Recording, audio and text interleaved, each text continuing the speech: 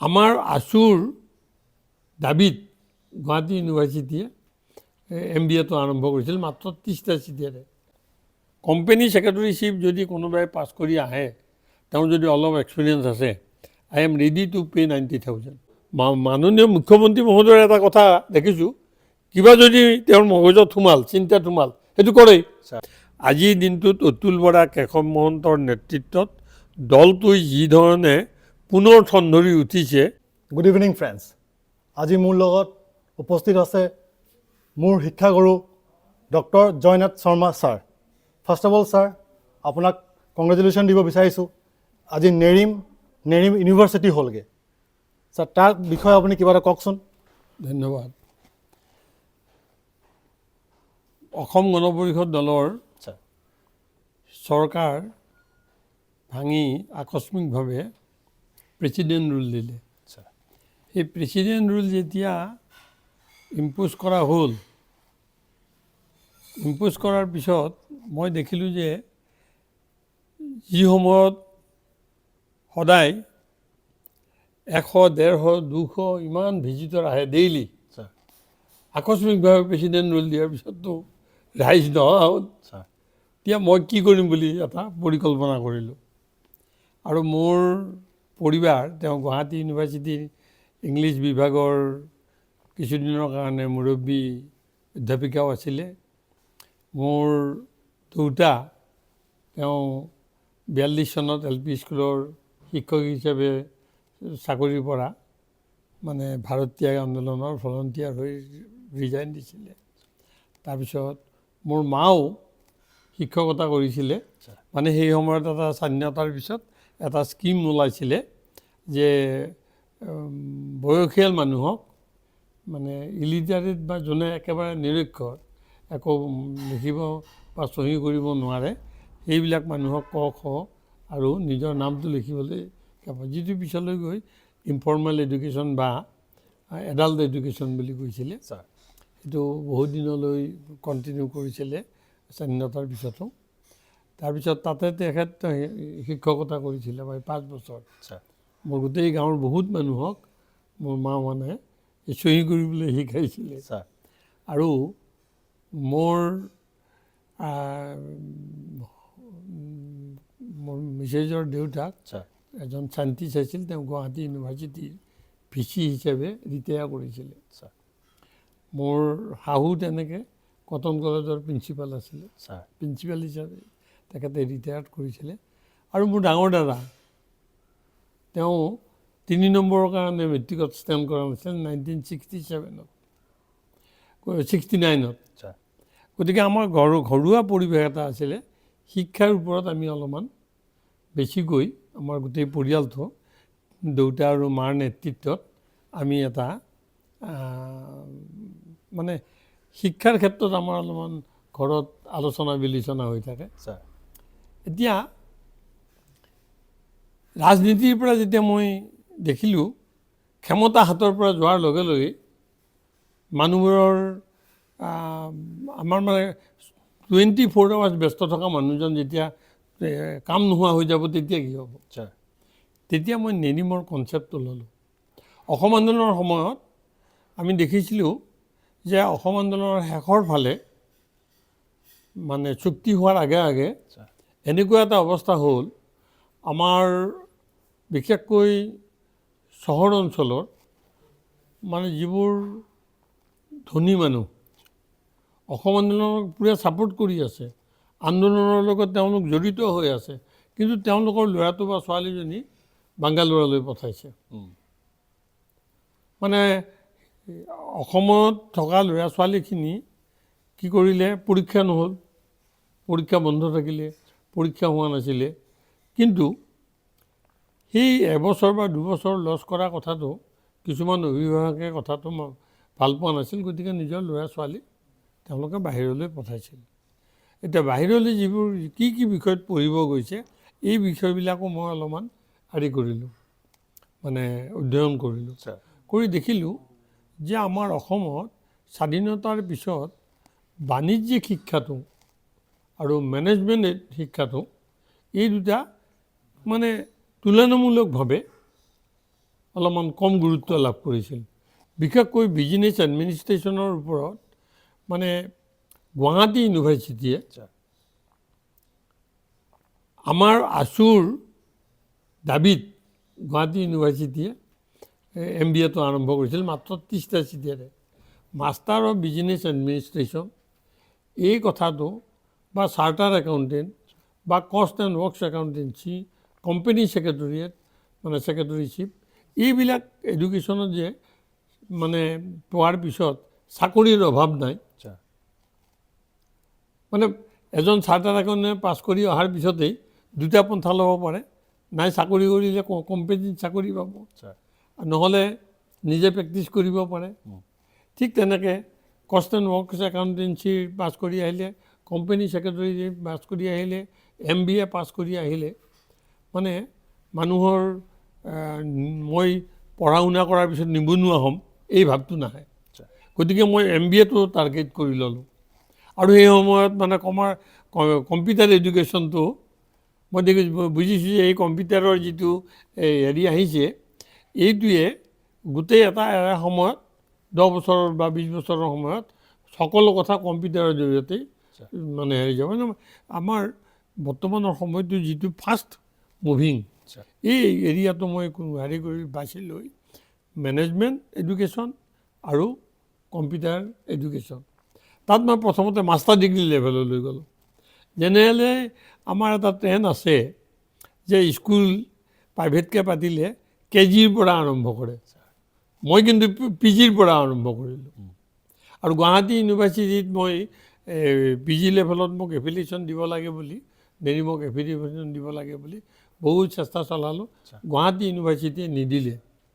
তেতিয়া মই দেখিলোঁ যে ডিব্ৰুগড় ইউনিভাৰ্চিটিয়ে তেওঁলোকে MBA ইণ্ট্ৰডিউচ কৰিবৰ কাৰণে অল ইণ্ডিয়াৰ পৰা এটা অনুদান পাইছিলে, বিল্ডিংটো কৰিলে, কিন্তু টিচাৰৰ অভাৱত তেওঁলোকে আৰম্ভ কৰিব পৰা নাই। কোৰ্চ চব ৰেডি হৈ আছে। তেতিয়া মই তেখেতসকলৰ ওচৰলৈ গ'লোঁ। তেখেতসকলৰ ওচৰলৈ গৈ মই ইউনিভাৰ্চিটিৰ VC কাকতি ছাৰ আছিলে, তেখেতক গৈ মই গোটেই কথাটো ক'লোঁ। তেওঁ ক'লে যে হ'ব, কিন্তু গুৱাহাটীত দিব পাৰিম নে নোৱাৰিম মই চাব লাগিব। তেতিয়া মই ডিব্ৰুগড় ইউনিভাৰ্চিটিৰ এখন লগত লৈ গৈছোঁ। তাত মই তেখেতক দেখালোঁ যে ছাৰ এটা কথা, গভৰ্ণমেণ্টে যদি পাৰ্মিশ্যন দিয়ে তেনেহ'লে বৰ্তমানৰ যিটো জুৰিডিকশ্যন আছে তাৰ বাহিৰতো যাব পাৰে এইবুলি ক'লে। আৰু মই সেই প্ৰভিজনটো দেখুৱাই দিলোঁ। তেতিয়া ছাৰটো আচৰিত হৈ গ'ল। মানে 1964-ত যেতিয়া ডিব্ৰুগড় ইউনিভাৰ্চিটি একখন আমাৰ এছেম্বলিত পাছ হয়, তেতিয়া সেই সময়ত জিলা মানে ডিব্ৰুগড় ইউনিভাৰ্চিটিৰ জুৰিডিকশ্যনটো আছিলে লখিমপুৰ আৰু শিৱসাগৰ ডিষ্ট্ৰিক্ট। লখিমপুৰ ডিষ্ট্ৰিক্টৰ ভিতৰত ডিব্ৰুগড়ো আছিল, মানে এই দুখন জিলা আছিল। কিন্তু তাত এটা কথা কৈছিলে, লিখা আছে, এতিয়াও আছে, যে যদি ইচ্ছা কৰে গভৰ্ণমেণ্টৰ পৰা প্ৰায়ৰ পাৰ্মিশ্যন লৈ ইউনিভাৰ্চিটিয়ে এই জুৰিডিকশ্যনৰ বাহিৰতো এফিলিয়েশ্যন দিব পাৰে। সেই প্ৰভিজনটো দেখুওৱাৰ পিছত মানে কাকতি ছাৰে সেই সময়ৰ VC তেখেতে এগ্ৰী কৰিলে। আকৌ VCৰ লগত মোৰ শহুৰৰ ফেমিলিটোৰ লগত খুব ভাল আছিল, ঘৰুৱা আছিলে। তেওঁ বাণীকান্ত কাকতিৰ ল'ৰা আছিলে। গতিকে ডিব্ৰুগড় ইউনিভাৰ্চিটিয়ে মোক এফিলিয়েশ্যন দিয়াৰ লগে লগে মানে মোৰ গোটেই সপোনটো মানে পূৰণ হ'ব বুলি মই এটা ষ্টেপলৈ আগবাঢ়ি গ'লোঁ। ডিব্ৰুগড় ইউনিভাৰ্চিটিয়ে যদি মোক এফিলিয়েশ্যন নিদিলেহেঁতেন, আৰু মই গৌৰৱেৰে কথাটো এটা ক'ব পাৰোঁ, গোটেই নৰ্থ ইষ্ট ৰিজনত 1992ত পোষ্ট গ্ৰেজুৱেট বা গ্ৰেজুৱেট লেভেলত কোনো ধৰণৰ প্ৰাইভেট পৰ্যায়ত, ব্যক্তিগত পৰ্যায়ত কলেজ বা মহাবিদ্যালয় বা PG কোৰ্চত মহাবিদ্যালয় বা হেৰিত নাছিলে, প্ৰাইভেট স্কুল লেভেলত আছে, হায়াৰ ছেকেণ্ডেৰী লেভেলতো আছে। কিন্তু ডিগ্ৰী লেভেলত, আণ্ডাৰ গ্ৰেজুৱেট লেভেলত বা পোষ্ট গ্ৰেজুৱেট লেভেলত কোনো ব্যক্তিগত খণ্ডৰ কোনেও এই কোৰ্চ আৰম্ভ কৰা নাছিল।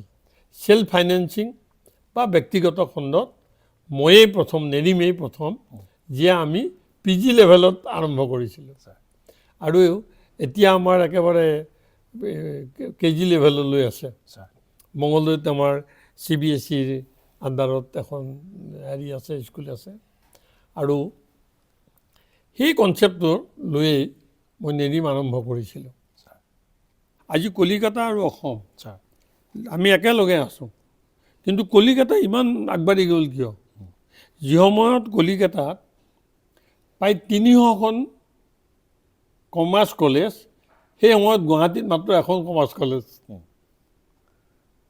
সেই সময়ত 1975ত মোৰ দেন 300 মানে কমাৰ্চ কলেজ কলিকতাত, আৰু গুৱাহাটীত এখন মাত্ৰ কমাৰ্চ কলেজ।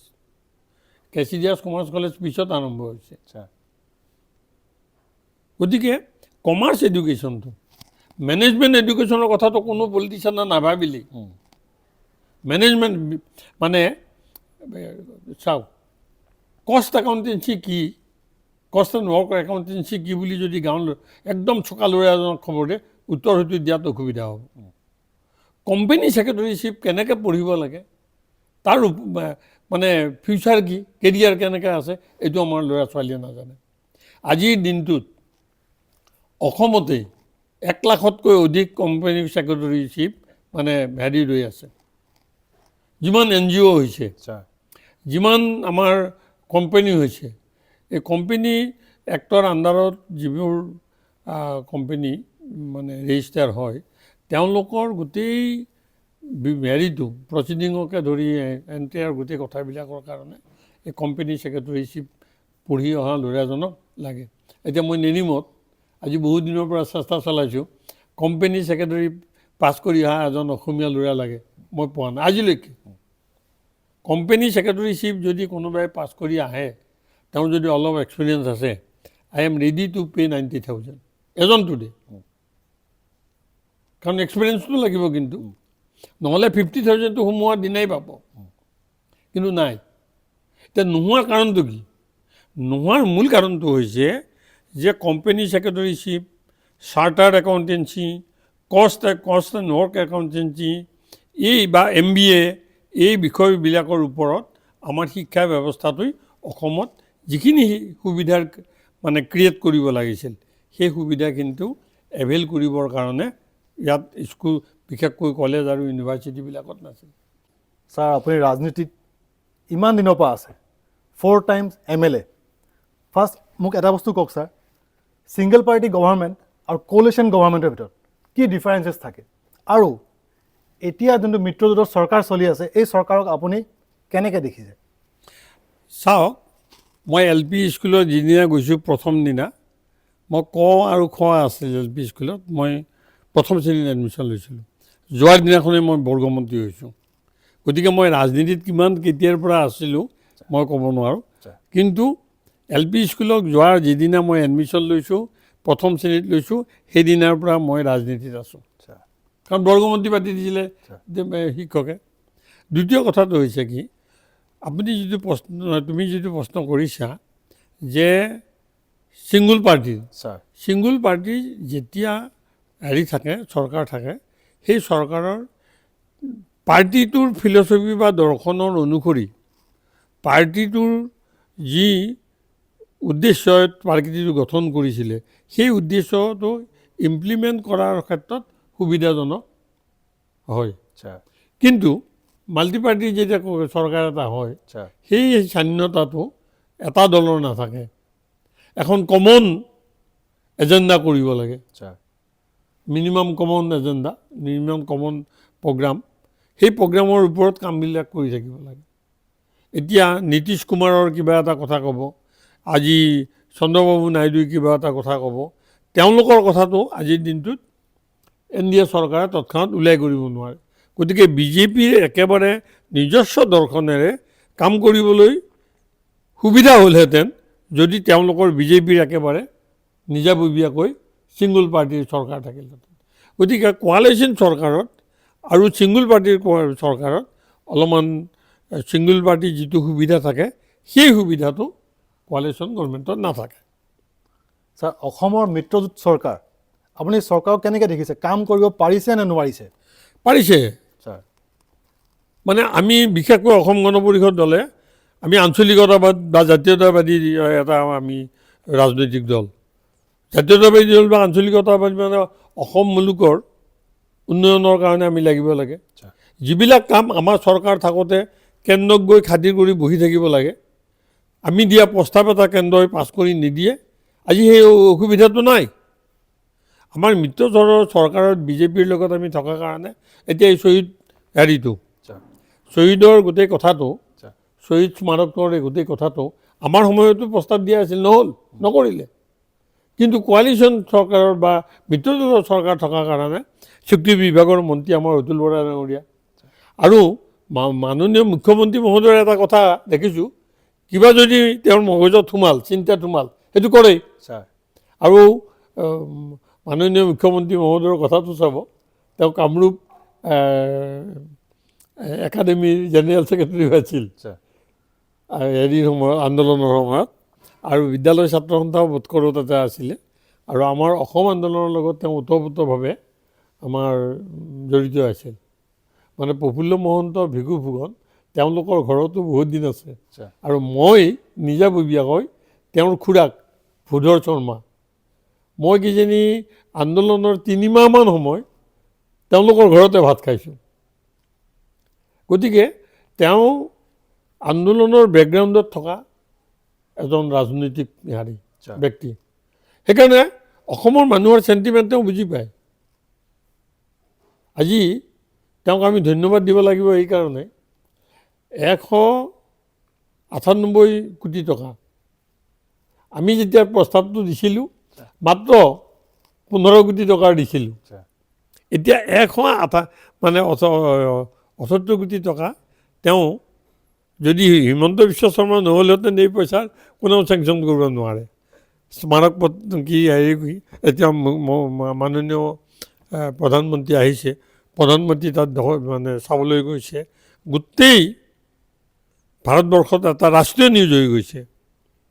860জন মানুহ অসম আন্দোলনত মৃত্যু হৈছিল, এই কথাটো পাহৰণিৰ বুকত লীন হৈ গৈছিল। কিন্তু ইয়াত মুখ্যমন্ত্ৰী মহোদয়ে প্ৰধানমন্ত্ৰীক অনাৰ লগে লগে এই স্মাৰক কথাটো কৰাৰ লগে লগে হৈ গ'ল। আৰু এটা মই চৰকাৰক আমাৰ পাৰ্টীৰ জৰিয়তে অনুৰোধ জনাই আছোঁ, সেইটো হৈছে কি যে স্মাৰকত গ'ল, শ্বহীদ স্মাৰক চালে, কিন্তু সেই 860জন মানুহ কেনেকৈ মৃত্যু হৈছিল, কি হৈছিল, অসম আন্দোলনটো কি আছিল,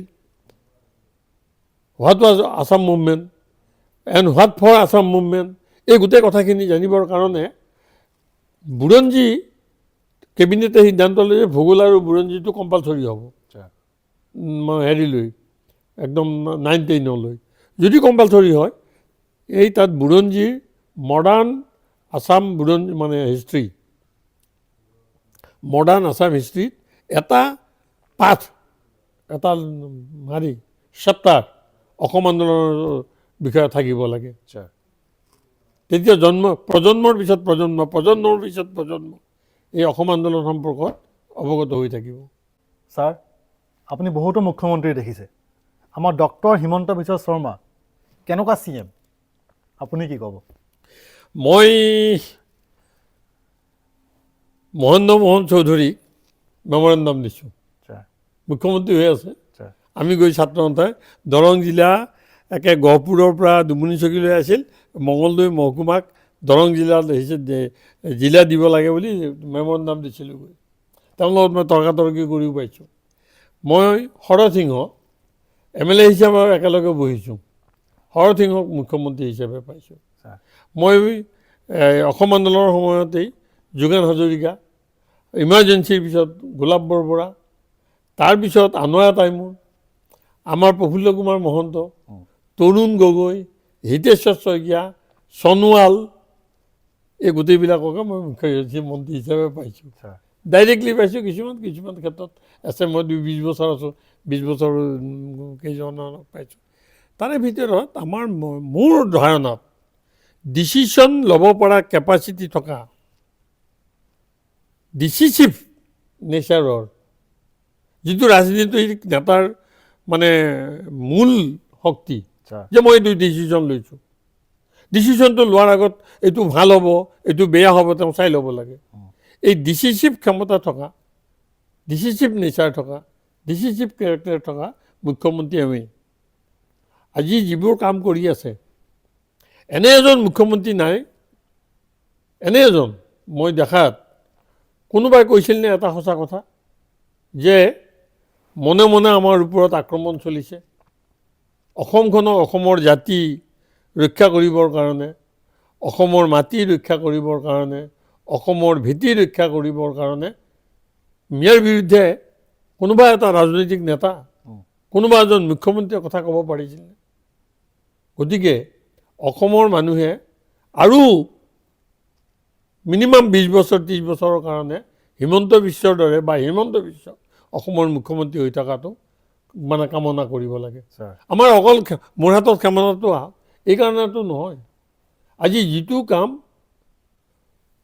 মানে শৰৎ সিংহই কৰা নাছিল, যিটো কাম মহেন্দ্ৰ মোহন চৌধুৰীয়ে কৰা নাছিল, যিটো কাম হিতেশ্বৰ শইকীয়াই কৰা নাছিল, যিটো কাম আনোৱাৰা তাইমুৰে কৰা নাছিল, যিটো কাম হাৰী হাজৰিকাই কৰা নাছিলে, যোগেন হাজৰিকাই কৰা নাছিল, গোলাপ বৰুৱাই কৰিব পৰা নাছিল, তৰুণ গগৈ কৰিব পৰা নাছিল, হাৰীয়ে কিন্তু হিমন্ত বিশ্ব শৰ্মাই কিন্তু কৰিছে। ছাৰ গতিকে এইটোতো ভাল, মানে white is white, black is black. Yes মই এইবিলাক তেলমাৰি কথাটো কোৱা নাই, কিন্তু হয় what is white, what is black, কোনটো শুদ্ধ কোনটো অশুদ্ধ।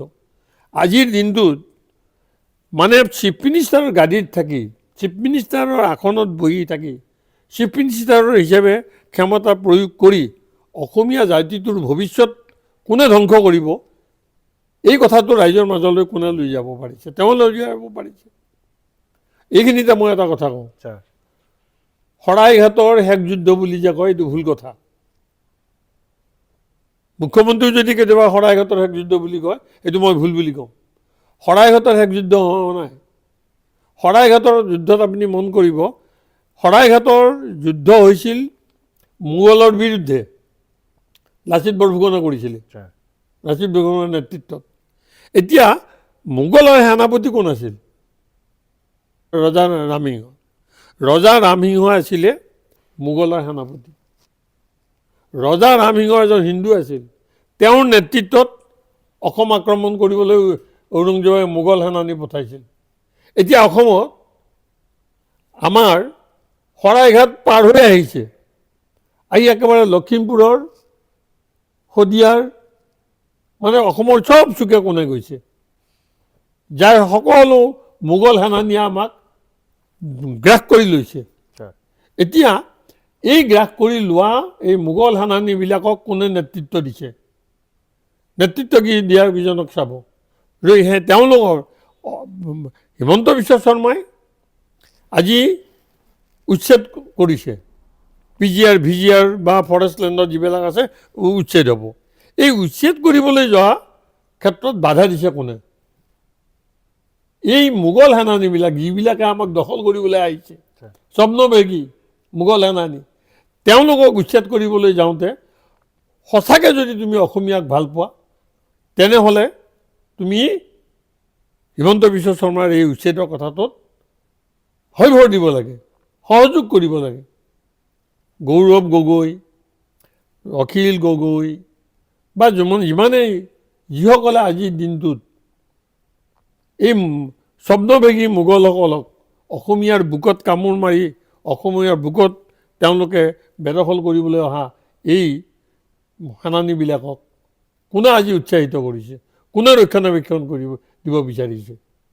তেওঁলোকে বেদখল কৰাত, এই মানুহবিলাকে বেদখল কৰাত অসমৰ ভৱিষ্যতত কিমান অপকাৰ হ'ব সেই কথাটো কাকো কোৱা নাই।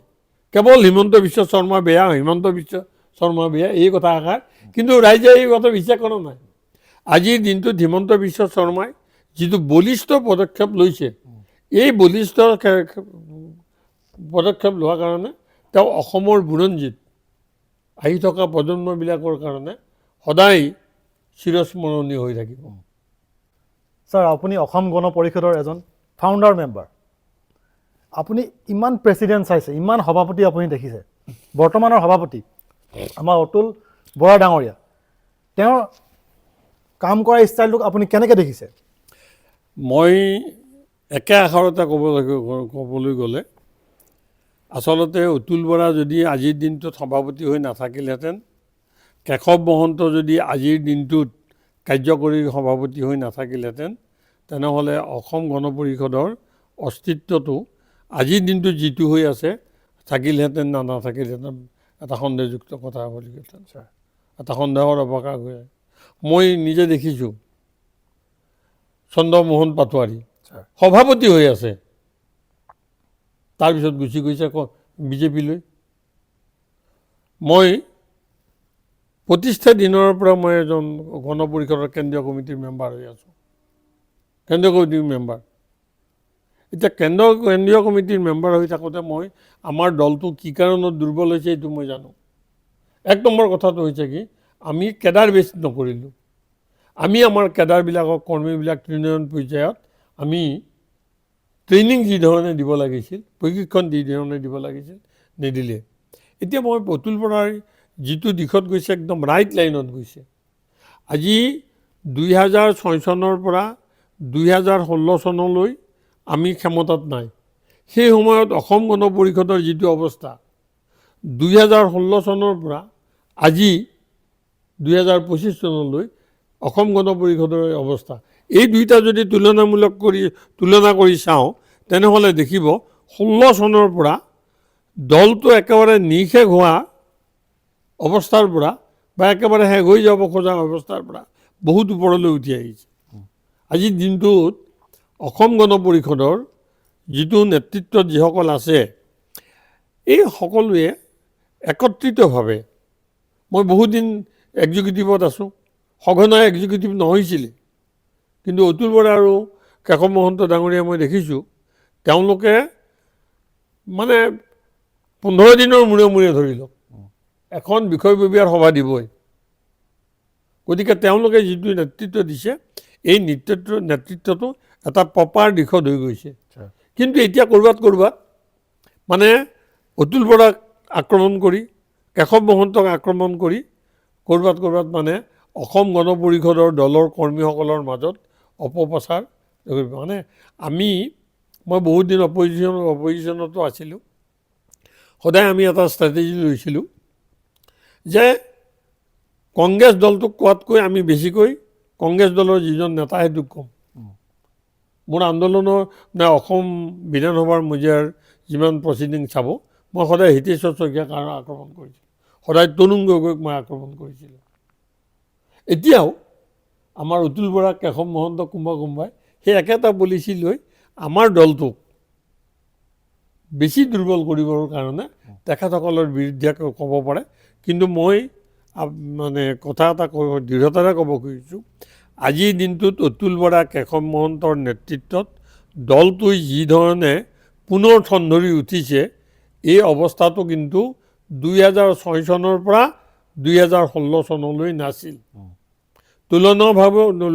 তুলনামূলকভাৱে 2006 চনৰ পৰা 2016 চনলৈ অসম গণ পৰিষদ দলৰ যিটো সাংগঠনিক দিশ, তাৰ সেই পৰ্যায়টো আৰু 16 চনৰ পৰা আজিৰ এই পৰ্যায়টো যদি আমি তুলনামূলকভাৱে চাওঁ, তেনেহ'লে অতুল বৰাৰ নেতৃত্বত দলটোৱে বেছি সবল হৈছে। মই 2006 চনৰ আগৰ কথাবিলাক কোৱা নাই। 2006 চনৰ পিছৰ পৰা আজিলৈকে যদি দুটা ভাগত ভাগ কৰি লওঁ, 6 চনৰ পৰা 16 চনলৈ আৰু 16 চনৰ পৰা আজিলৈ, এই 16 চনৰ পৰা আজিলৈ দলটো যি ধৰণে আগুৱাই গৈছে, যথেষ্ট এই ক্ষেত্ৰত আমি অতুল বৰাক নিশ্চয় ক্ৰেডিট দিবই লাগিব, কেশৱ মহন্তক ক্ৰেডিট দিবই লাগিব। অসম গণ পৰিষদ দলৰ কাৰ্যনিৰ্বাহকৰ সভা মই যিমান দিন প্ৰতিষ্ঠা দিনৰ পৰা আছোঁ, আটাইতকৈ বেছি কাৰ্যনিৰ্বাহকৰ সভা অতুল বৰাৰ নেতৃত্বত বা কেশৱ মহন্তৰ নেতৃত্বতে হৈছে। আগতেতো কাৰ্যনিৰ্বাহক ক'ৰবাত 6 মাহৰ মূৰত, ক'ৰবাত 3 মাহৰ মূৰত, ক'ৰবাত একোটা বিষয় হয়। বেছিভাগ আমাৰ কৰ্ণধাৰ কমিটি বুলি কমিটি এখন আছিল, সেই কৰ্ণধাৰ কমিটিয়ে ডিচিশ্যন লৈছিল, কৰ্ণধাৰ কমিটিয়ে। সৰু এটা উদাহৰণ দিছোঁ, দৰং জিলাত মই অকলে MLA হৈ থকা নাই, 20 বছৰ আছোঁ। দলগাঁৱতো মই 2বাৰ জিকাইছোঁ AGP, কালাগাঁৱত 2বাৰ জিকাইছোঁ, মঙলদৈত 2বাৰ জিকাইছোঁ। কিন্তু যিদিনাই পলিটিক্স কৰি মোক টিকেটটো নিদিলে, তাৰপিছত আজিলৈকেতো এজন অসম গণ পৰিষদৰ বিধায়ক আমি তাত কৰিব পৰা নাই। আৰু বিধায়ক এখন জিলাত যদি এজন বিধায়ক নাথাকে, তাত কিন্তু পাৰ্টিৰ অৰ্গেনাইজেশ্যন কৰাটো অসুবিধা। গতিকে সেই অসুবিধাখিনি মৰ্মে মৰ্মে উপলব্ধি কৰিছে অতুল বৰাই, যে এইখন ডিষ্ট্ৰিক্টত আমাৰ দুৰ্বলতাৰ কাৰণটো হৈছে আমাৰ বিধায়ক নাই, এইখন ডিষ্ট্ৰিক্টত আমাৰ দুৰ্বলতাৰ কাৰণটো হৈছে আমাৰ লিডাৰজন নিষ্ক্ৰিয়। মোকে তেওঁতে বহুতবাৰ মাতি নি কৈছে যে জয়নাৰায়ণ দা, পাৰ্চনেল লেভেলত আমি মোক দাদা বুলি মাতে, কৈছে জয়নাৰায়ণ দা আপুনি শিৱাজাৰ সমষ্টিয়ে নহয়, দৰং জিলাৰ অৰ্গেনাইজেশ্যনটো অলপমান বেছি শক্তিশালী কৰিবৰ কাৰণে আপুনি মন প্ৰাণ দি তাত লাগি থাকক। গতিকে আজিৰ দিনটোত সভাপতি হিচাপে এই সংকটৰ সময়ত আমাৰ অতুল বৰাই যি কাম কৰিছে, কেশৱ মহন্তই যি কাম কৰিছে, এই দুইটা কথা প্ৰশংসা নকৰি, যদি নকৰোঁ তেনেহ'লে ভুল হ'ব।